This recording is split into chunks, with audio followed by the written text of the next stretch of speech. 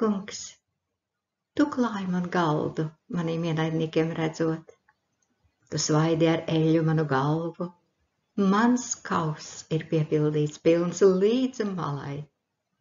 Tiešām, labums un žēlastība mani pavadīs visu manu mūžu, un es palikšu tā kunga namā vienmēr. Dzīvojiet tā, kā tas ir Kristus evaņģēlija cienīgi, lai vai nu nākdams un jūs redzēdams, vai prom būdams, par jums dzirdētu, ka jūs stāvat vienā garā, vienprātīgi kopā cīnīdamies par evaņģēlija ticību, nekādā lietā nebīdamies no pretinieku draudiem.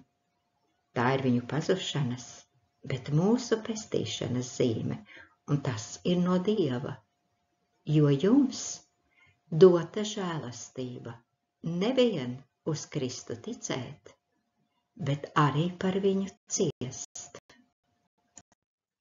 Kalpi, lai klausa saviem kungiem visās lietās, lai tie ir patīkami, nerunā pretim, nezog, bet lai parāda pilnīgu uzticību, ka viņi visās lietās ir rota mūsu pestītāja Dieva mācībai, jo ir atspīdējusi žēlastība, kas nes pestīšanu visiem cilvēkiem, audzinādama mūs, lai atsacīdamies no bezdievības un pasaulīgām iekārēm, prātīgi, taisni un dievbijīgi dzīvojam šinī laikā, gaidīdami svētlaimību, uz kuru ceram, un lielā Dieva un mūsu pestītāja Kristus Jēzus godības atspīdēšanu.